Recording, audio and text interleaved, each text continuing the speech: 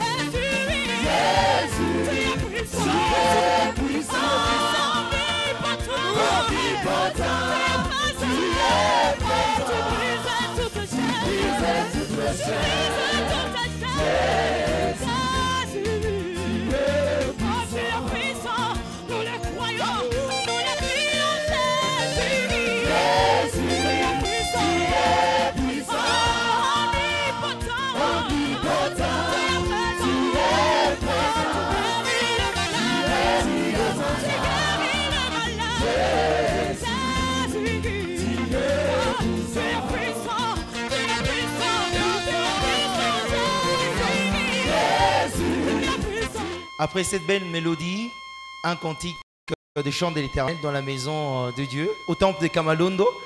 Et nous vous disons une fois de plus merci d'être là fidèle. Et avant de commencer, nous aimerions bien faire une petite récapitulation sur ce qu'on a dit la fois dernière, juste peut-être en 2-3 minutes, pour permettre à mettre à jour ceux-là qui nous ont suivis, peut-être qu'ils ont oublié certaines choses, ou peut-être ceux-là qui n'étaient pas avec nous, afin qu'ils sachent dans quelle lancée nous sommes en train de travailler sur ce thème. Oui, papa, s'il y a possibilité de donner cette petite récapitulation par rapport à votre intervention la fois dernière. Merci mon frère. Si nous pouvons revenir à ce que nous avions dit la fois dernière, nous avons parlé grandement de l'éducation dans nos familles. Et là, dans la famille, nous sommes dit, en nous basant sur Proverbes chapitre 22 et verset 6, là on nous dit, lorsque vous avez appris à l'enfant ce qui est de la vérité, c'est moi qui interprète, ce qui est de la vérité, l'enfant ne saura jamais se dévier. quel que soit son âge. Et nous avons dit ceci. Les parents ou les pères ont une responsabilité sur l'éducation des enfants. Car c'est le produit de la famille. Et en chutant, nous sommes dit, dans certaines familles, il y a des enfants difficiles, mais ces enfants-là ne sont pas difficiles devant Dieu. Christ est capable, comme je venais d'entendre, notre mélodie qui nous dit que Jésus est puissant, il brise les montagnes, il est omnipotent. C'est-à-dire qu'il peut faire tout. Même s'il y a une difficulté, dès que le parent se met à genoux, il retrouve ce que lui a, ce dont il a besoin, je voulais dire, et il se remet aussi dans cette posture de dire que mes enfants sont lancés dans la société. Donc, Jésus est capable à transformer la personne. Merci mon frère. Ok. Voilà, donc voilà la récapitulation de ce que nous avions vu la fois dernière. Et aujourd'hui, nous aimerions bien commencer par un point, l'éducation à l'école. Puisque nous pensons qu'on est chrétien partout, enfant des dieux partout, mais on ne peut pas oublier que nous sommes aussi humains. Et que la formation de tout l'homme, c'est-à-dire la formation intégrale de l'âme, du corps et de l'esprit est importante. Il y a aussi nécessité à envoyer un enfant, un chrétien, jeune ou peut-être grand, à l'université afin qu'il puisse apprendre. Alors, une première question déjà, papa, à propos, c'est que nous voyons des gens, par exemple, qui sont pentecôtistes, qui sont évangéliques, chrétiens, mais ils envoient leurs enfants dans une école, par exemple, catholique, une école musulmane. Est-ce que de ces côtés-là, vous ne trouvez pas qu'il y aurait certains, certaines instructions qui seraient contraires à l'éducation que l'enfant, ou peut-être le chrétien, a reçue déjà en famille chrétienne? Merci mon frère. Là, vous voulez me remettre dans la loi cadre de notre éducation nationale. Il est dit, chaque parent a ses devoirs, ses responsabilités. Il peut faire éduquer son enfant à n'importe quelle institution de choix. Là, j'ai paraphrasé. En ce qui concerne nous qui sommes chrétiens, puisque l'émission se passe dans un forum chrétien, nous devons faire le choix. Très bien. Le choix, c'est lequel? Quand je me rends compte que là, on envoie l'enfant, on n'enseigne pas le vrai dollar, mais on donne le faux dollar. Oui. Je ne peux pas envoyer l'enfant dans cette école. Qu'est-ce que je voulais dire? Même si elle a une bonne formation. S'il te plaît. Je ne voudrais pas parler des églises. Très bien, ok. Si je parlais des églises, des écoles qui dépendent de certaines églises ou dont le promoteur est de telle foi chrétienne, je ne sais pas quelle foi chrétienne soit-elle, là vraiment je vais biaiser notre émission. Laissez-moi revenir à l'éducation pour qu'on sache ce qui doit être fait. Très bien. Puisque moi-même qui vous parle, je suis un produit de l'éducation dans une école catholique. Très bien. Et je reflète cela. J'en suis fier. S'il faut qu'on parle d'autres écoles, d'autres églises, en tout cas nous nous épargnons. Hein? Ok. Que ça ne soit pas une question piège pour ceux-là qui nous suivent, qui disent que voilà, il y a eu des critiques sur les autres. Au moins ça. Bon, peut-être pour aider un parent qui se dit, c'est vrai que nous pouvons être tous chrétiens, mais il y a des doctrines qui peut-être nous diffèrent. Et un enfant à qui on a dit, bon, qu'il faut prier au nom de Jésus, qu'il faut Jésus est Dieu, il arrive à une école, on lui dit, non, Jésus c'est juste un prophète. puisqu'il y a des cours de religion, ça nous ne devons pas nous cacher, Ah là là. qui se donnent. Et alors, dans le cours de religion, puisque c'est une école d'une certaine dénomination, on lui met autre chose, parce que si on le dit, ce n'est pas peut-être pour dénigrer certaines confessions. Il y a d'autres personnes qui aujourd'hui commencent à donner, à vulgariser le mariage entre hommes, le mariage entre femmes, et ça se fait dans certaines écoles, dans certains pays, et ces vents est en train de courir. Face à cela, en tant que parents chrétiens, on est conscient de toutes ces réalités qui peuvent choquer l'éducation ou l'intellect de notre enfant. Quelle Merci. serait notre position? Merci mon frère.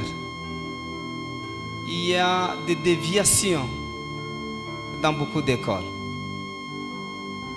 D'abord, je vais me poser une question. Lorsqu'on amène l'enfant dans telle ou telle école, Oui. est-ce pour son instruction ou c'est pour transmettre la foi chrétienne? La foi chrétienne, bien sûr, nous avons évolué dans différentes écoles.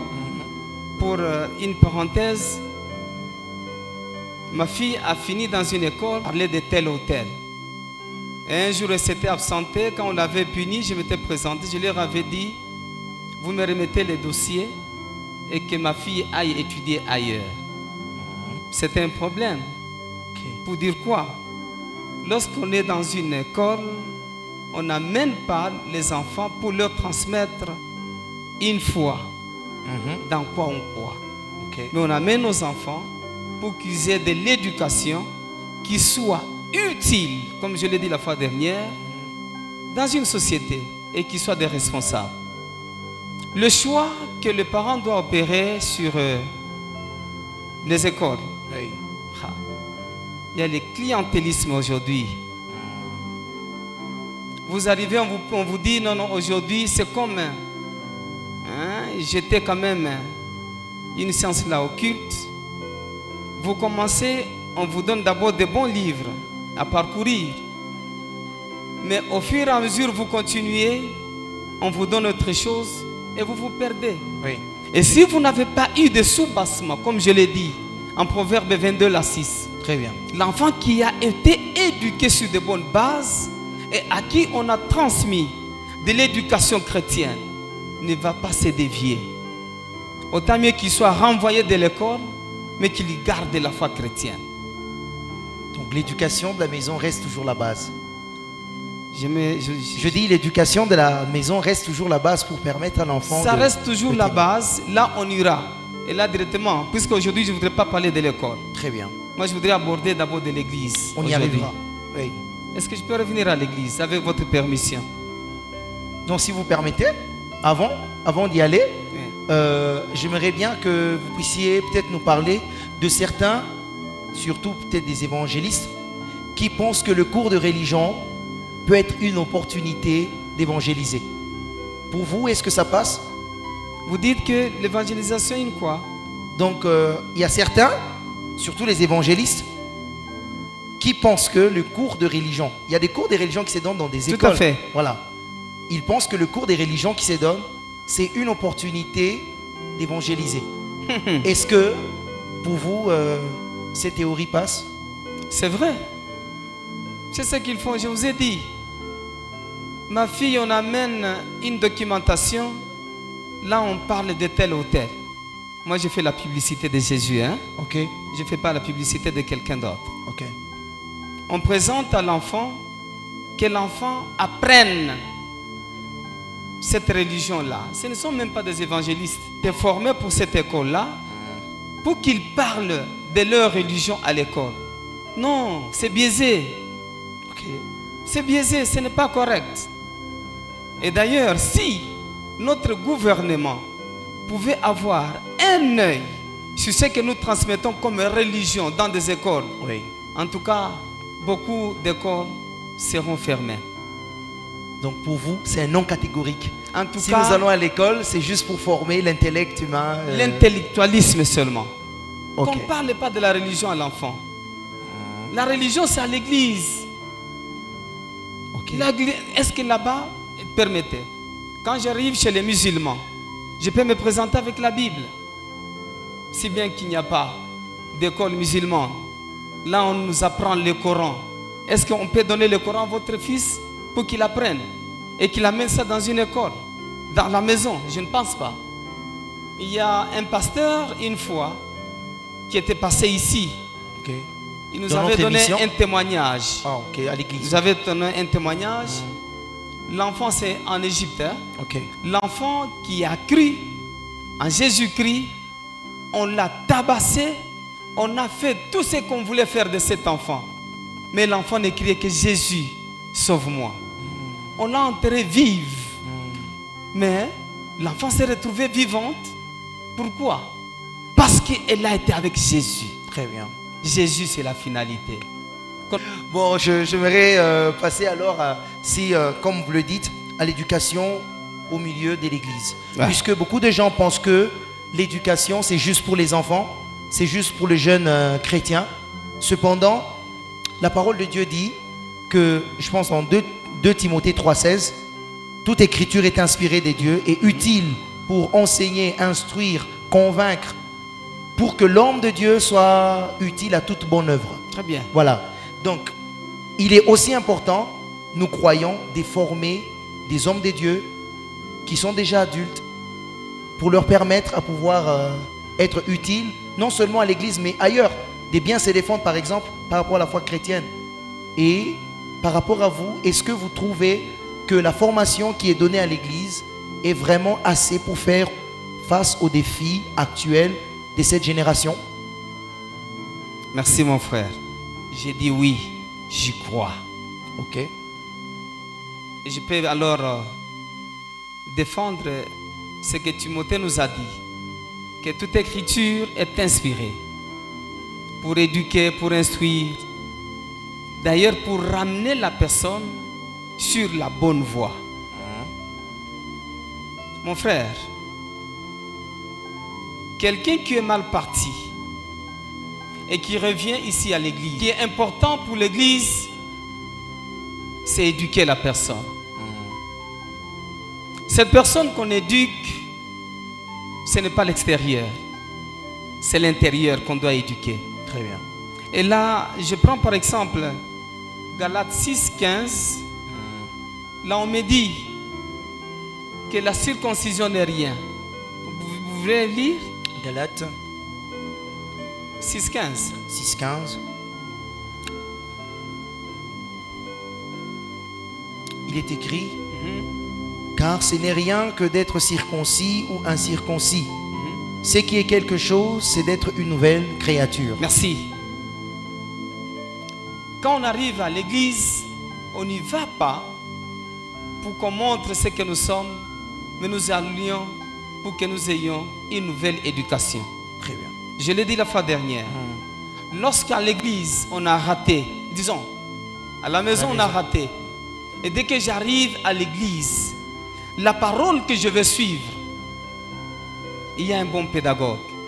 Et le pédagogue par excellence, Oui. qui est le Saint-Esprit, qui va m'apprendre comment me comporter, comment agir vis-à-vis des autres. Puisque cette écriture qui est inspirée, d'ailleurs la Bible me dit, vous connaîtrez la vérité et la vérité vous rendra libre. Dans d'autres versions, la vérité vous affranchira. Celui qui est affranchi, il a une bonne éducation. Et cette éducation ne part pas des parents, non. Part de la parole que nous écoutons à l'église, celle qui va me transformer. Auparavant, on me parlait, on me disait que j'étais voleur. Mais la parole vient me dire, ne vole pas. Je deviens une nouvelle créature, j'ai une nouvelle identité, j'ai une nouvelle éducation. Et là, je suis transformé, je change. Je pars aussi de l'exemple de Paul. Paul qui était meurtrier, qui conspirait à tuer les enfants de Dieu. Mais lorsqu'il a rencontré le Saint-Esprit, l'éducation est arrivée. Paul est devenu le grand serviteur de Dieu. En quoi? Le Saint-Esprit est capable, lorsqu'on est bien disposé Oui. à recevoir la parole de Dieu, on est transformé. Alors, puisqu'on est en train de parler du Saint-Esprit, on voit de chrétiens qui sont... Il y a certains chrétiens vraiment qui sont déséquilibrés. Quand vous le voyez, c'est un homme tellement spirituel au point où il ne croit plus, par exemple, à aller à l'hôpital pour se faire soigner. Il ne croit plus à aller à l'école pour se faire instruire. Certains même abandonnent. Ils sont à l'université, mais ils abandonnent les cours juste pour aller à l'église. On voit un certain déséquilibre total. Et même nous nous disons parfois, parce qu'il ne faudrait pas se cacher, nous avons tout en Christ, mais en regardant la vie de beaucoup de chrétiens, on sent vraiment qu'ils sont très loin de la réalité qu'ils confessent. Est-ce aussi un problème d'éducation au milieu de l'église? Y a-t-il de choses sur lesquelles nous devons nous mettre d'accord entre nous chrétiens pour dire non, il y a certaines choses qu'il faut changer, certains enseignements qu'il faut bien régler pour mieux équiper les hommes de Dieu? Mon frère, il est dit ceci. À la fois, on y ajoute la science. Ok. Qui vous a dit que même si on a cru, même si on a la foi en Jésus-Christ, qu'on n'aille pas à l'école, qu'on n'étudie pas? Le Saint-Esprit nous instruira. En tout cas, nous enseignera toutes choses. Ça dépend de l'orientation de tout un chacun. Okay. Dire que je suis rempli du Saint-Esprit, que je n'aille pas à l'école, là, ça dépend de la personne. Je sais, nous avons reçu ici dans notre paroisse des aveugles qui corrigeaient les gens qui lisaient la Bible. Le Saint-Esprit lui a appris comment lire la Bible. Il vous dit non, allez par exemple dans Jean 3,16. Vous lisez 17, vous dites non, ce n'est pas ça. C'est Jean 3,16. Car Dieu a tant aimé le monde. Oui. L'Esprit est capable. Là, je veux dire, c'est dans la conviction. Quand on est convaincu que le Saint-Esprit vous a dit de ne pas aller à l'école, mais il faut faire attention. Vous ne serez jamais promis, hein, si vous n'êtes pas passé par l'école. L'onction, oui, mais il faut qu'il y ait aussi de la science. En tout cas, ce sont des gens qui se déroutent, qui ne sont pas sur la bonne voie, qui pensent que aller à l'école, avoir la science, c'est du négatif. Je ne pense pas. Ça, c'est ma conviction. Okay. Car la Bible elle-même me dit, ce qui n'est pas de la conviction, c'est du péché. Okay. Je pense aller à l'école, même si on est dans la foi, c'est important. Il faut qu'on aille à l'école. Il faut qu'on apprenne. Est-ce qu'à l'école, j'y arrive frère Armel, Okay. est-ce qu'à l'école on m'apprend 2, disons, à l'église on m'apprend 2 plus 2 est égal à 4? Je ne pense pas. Non, ok. Je ne pense pas. Oui, là, ça doit s'apprendre à l'école. Oui. Chaque étape, chaque entité a ses objectifs. Très bien. A ses objectifs. Merci. Ok.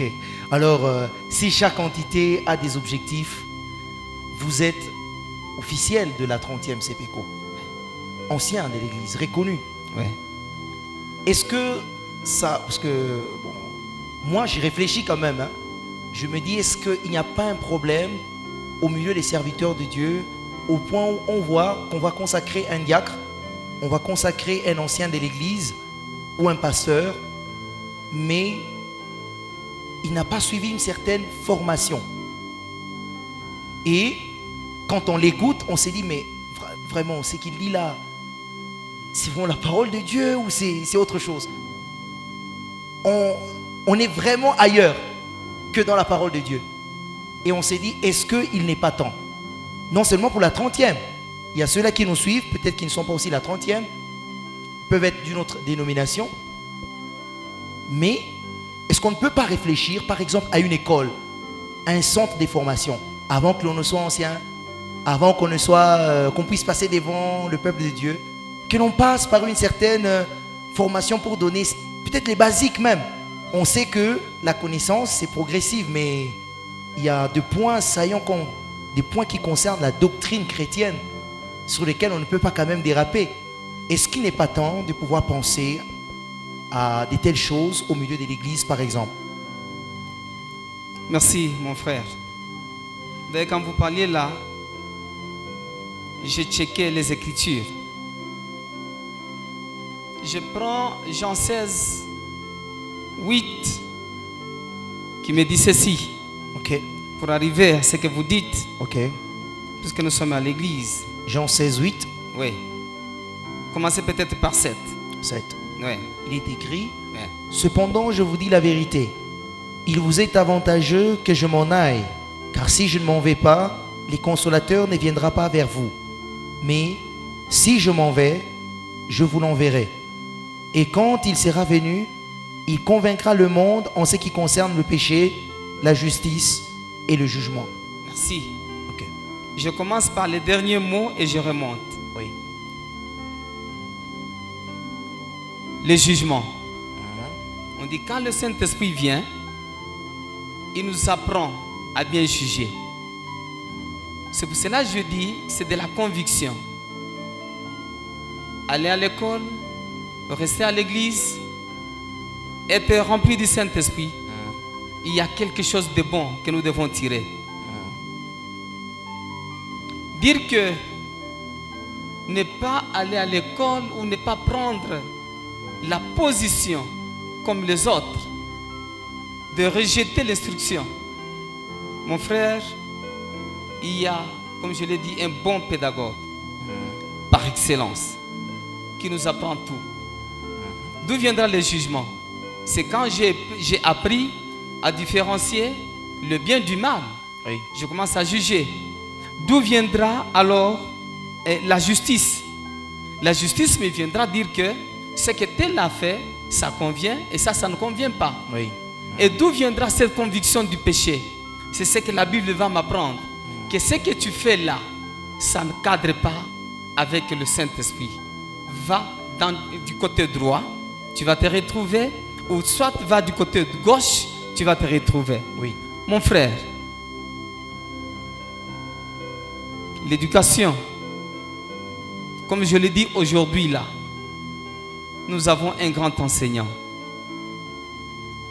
Un grand enseignant. On va seulement compter sur le Saint-Esprit. Je compte sur lui, j'y arrive, puisque Ok. vous avez posé des questions avec des sous-questions. Très bien, ok. Quelqu'un qui n'est pas passé par l'école, mais il vient vous enseigner. Peut-être il vous donne des choses. Là, je peux dire, il va dans le syncrétisme. Il mélange. Nous sommes à l'église, nous allons présenter Jésus, Oui. nous allons parler de Jésus. Oui. Pourquoi parler de Jésus? Il est notre modèle. La Bible me dit, soyez, Paul qui nous dit, soyez mes imitateurs, comme je le suis pour Christ. Pourquoi être imitateur? C'est lui qui viendra me donner de faux enseignements. Moi, je ne vais pas les suivre.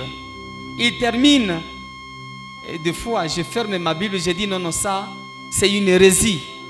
Je ne compte pas sur ça. Mais pourtant, il enseigne toujours. Non. S'il n'est pas dans le fondement, attention, la Bible me dit Oui. qu'on ne mette pas un point sur le i là où il n'y a pas de point. Ok. Nous On n'ajoute devons rien à la parler Bible. Oui. que de Jésus qui est la vérité. Très bien. Cette vérité-là vous a franchi, elle m'a franchi aussi. Bien sûr, je l'ai apprise ailleurs, mais quand j'arrive à l'église, on me dit cette vérité, c'est qui? C'est Jésus lui-même qu'on doit transmettre à toute personne. C'est un peu ça, mon frère. Ok. Donc, qu'est-ce qu'on retient? On retient que c'est le Saint-Esprit vraiment qui enseigne et c'est la conviction à l'homme à pouvoir choisir ce qui est bon Non. selon la parole et ce qui ne l'est pas. La parole venait de nous dire et nous convainc. Je vous l'ai dit, cette parole nous convainc. Ok. Et quand la parole me convainc, j'ai fait une introspection. J'ai dit non, mon frère, écoute. Quand j'ai cru ici, c'était encore à ce niveau. J'étais assis là derrière, c'était un vendredi. Tous les jours, je venais à l'église. Mais ce jour-là, le père, le patriarche, il avait parlé, connais-toi toi-même. J'ai dit, qu'est-ce qu'il y a? Encore la philosophie comme Socrate à l'église? J'ai dit, que je me connaisse moi-même. Moi-même, oui. J'ai prié toute la nuit et mon grand frère me disait que je faisais du bruit dans la maison. Très bien. Alors que je cherchais à être une nouvelle créature. Voyez un peu mon frère. Oui. Donc le Saint-Esprit est là. Il convainc que ce que tu fais, ce que vous faites, n'est pas sous la voie. Voilà. Très bien. Donc nous avons le Saint-Esprit en nous. Oui. Et nous devons faire confiance afin de pouvoir prendre ce qui est utile pour nous et ce qui ne l'est pas. Tout à fait. Rejeter ce qui ne l'est pas, bien sûr. Voilà, donc une question qui me monte à l'esprit, papa. Quand vous voyez l'Église aujourd'hui, l'Église dans sa globalité, est-ce qu'il y a des choses que vous regrettez par rapport à la formation de l'homme de Dieu? Mon frère, je me plains. Là, je me fais couler les larmes aux yeux. Franchement. Si l'Église était ce qu'elle est aujourd'hui, je ne serais pas ce que je suis. Vraiment. Nous nous retrouvons dans des déviations. Beaucoup d'églises, au lieu de parler de Jésus-Christ qui est au centre de toutes choses, ils parlent d'eux-mêmes. On parle des bishops, on parle de tel, on parle de tel. Et c'est ce qui sauve.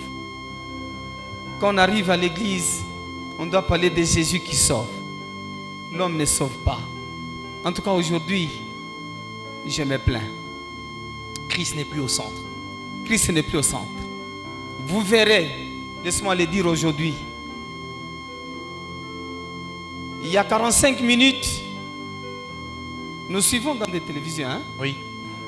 45 minutes, on a prêché. Dans les 45 minutes, là, il y a 10 minutes seulement. Là, on a parlé de Jésus. Le reste, c'est le matériel. Mais qu'est-ce que la Bible me dit? Cherchez d'abord le royaume des cieux. Et le reste vous sera donné par-dessus tout. Si moi je connais Jésus, le passé nous en a parlé aujourd'hui, les révérends, il nous a dit aujourd'hui, lorsqu'il demeure en moi et que je demeure en lui, tout ce que je demande, il me donne. Mais aujourd'hui, il n'y a plus ça. Aujourd'hui, il n'y a plus ça. On nous donne autre chose. Il y a autre chose qu'on nous enseigne. Le voyage, les visas, quoi que ce soit. Il faut apprendre au peuple de Dieu le salut par Jésus-Christ. Seul et seul. Waouh. Les saluts par Jésus-Christ seul. Chers téléspectateurs, de partout où vous nous suivez, j'aimerais bien, puisque papa est en train de parler du salut par Jésus-Christ seul, il y a un seul nom qui nous a été donné par lequel nous devenons enfants de Dieu, par lequel nous quittons le monde, nous quittons nos péchés et tout ce dont nous regrettons afin d'embrasser la vie sainte. Si vous êtes là, vous nous suivez, peut-être que vous n'avez jamais rencontré Jésus dans votre vie, consciencieusement, peut-être que vous allez à l'église mais jamais une fois vous avez donné votre vie à Jésus, c'est l'heure.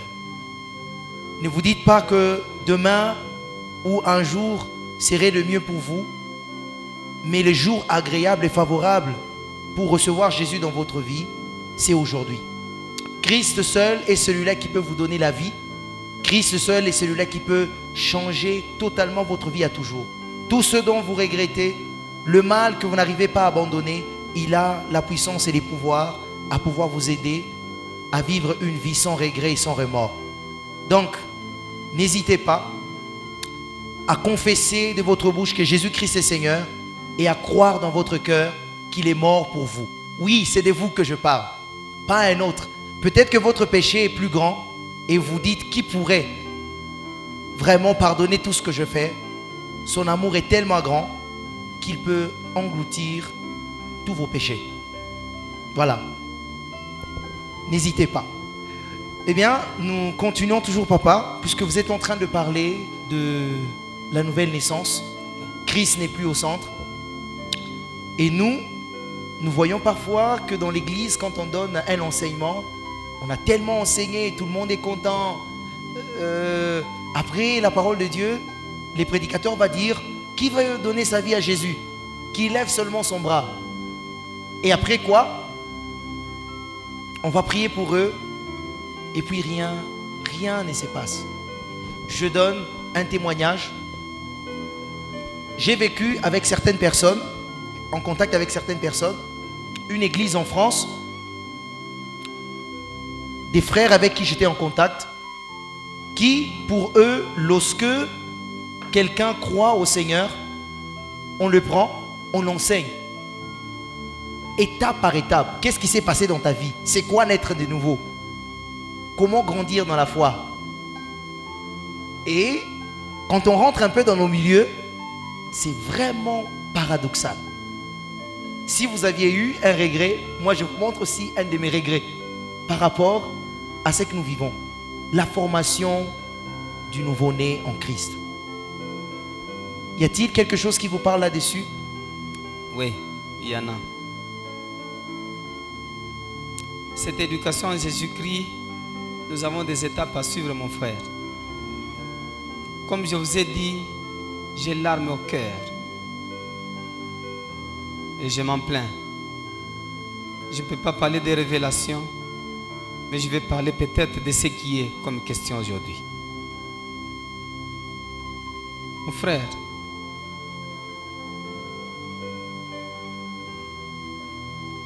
la Bible me dit ceci. Quand Jésus reviendra, trouveras-t-il de la foi? Oui ou non? Et là, je reviens pour dire qu'en toute chose, ce que nous faisons, cette transformation dont on a besoin, ce n'est que pour la gloire de Dieu.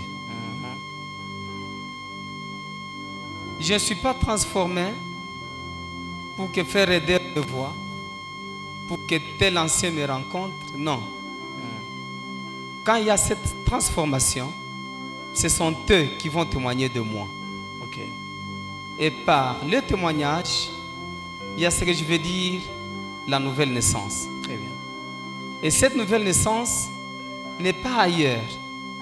La nouvelle naissance, la nouvelle éducation n'est qu'en Christ. Ce n'est pas moi qui le dis, c'est Paul qui certifie, qui dit en 2 Corinthiens 5, 17 que lorsque vous êtes en Jésus-Christ, vous êtes une nouvelle créature. Oui.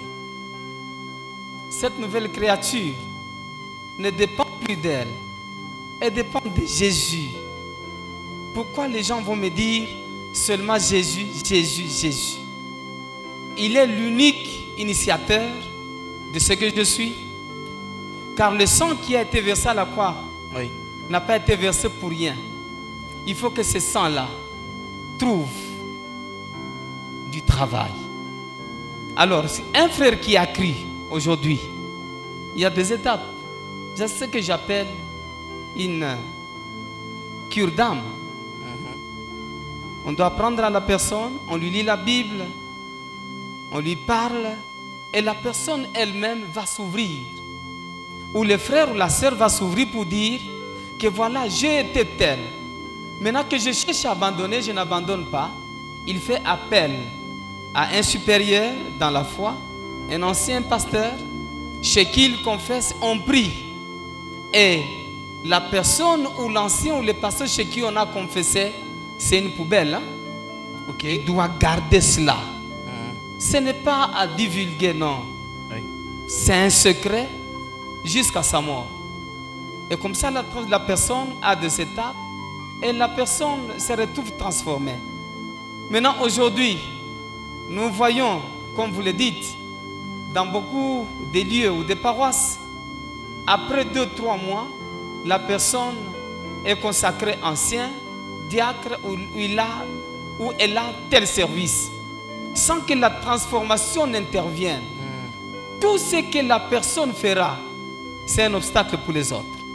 Vous savez, aujourd'hui nous souffrons dans des églises, puisqu'il y a beaucoup, je m'excuse le terme, éduqués, on n'a pas reçu cette formation-là, cette éducation. Il y a des difficultés, il y a des problèmes. C'est ce qu'on appelle les Shindakana aujourd'hui.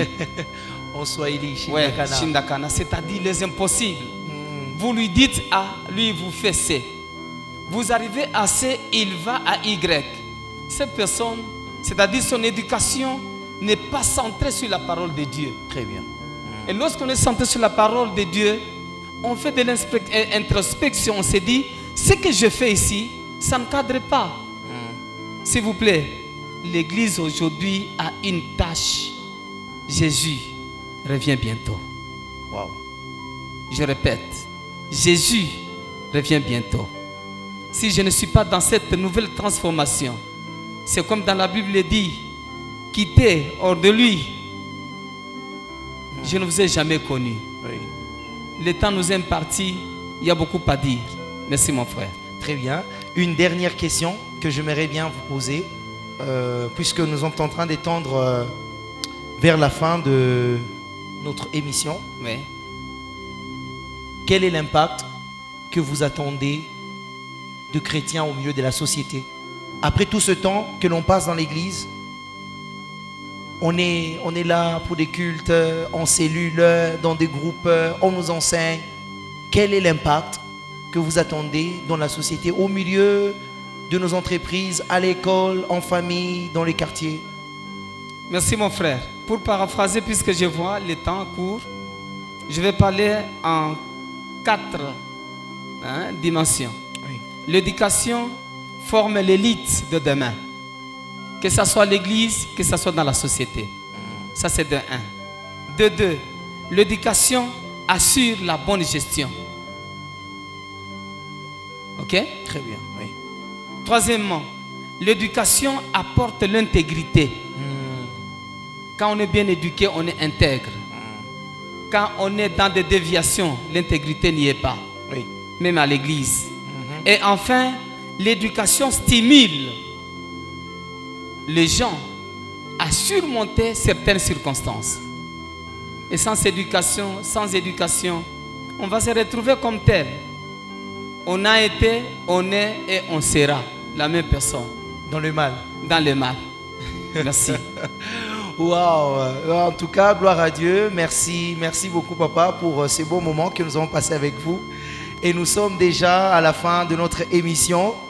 Et j'aimerais bien, peut-être un dernier mot, s'il vous plaît.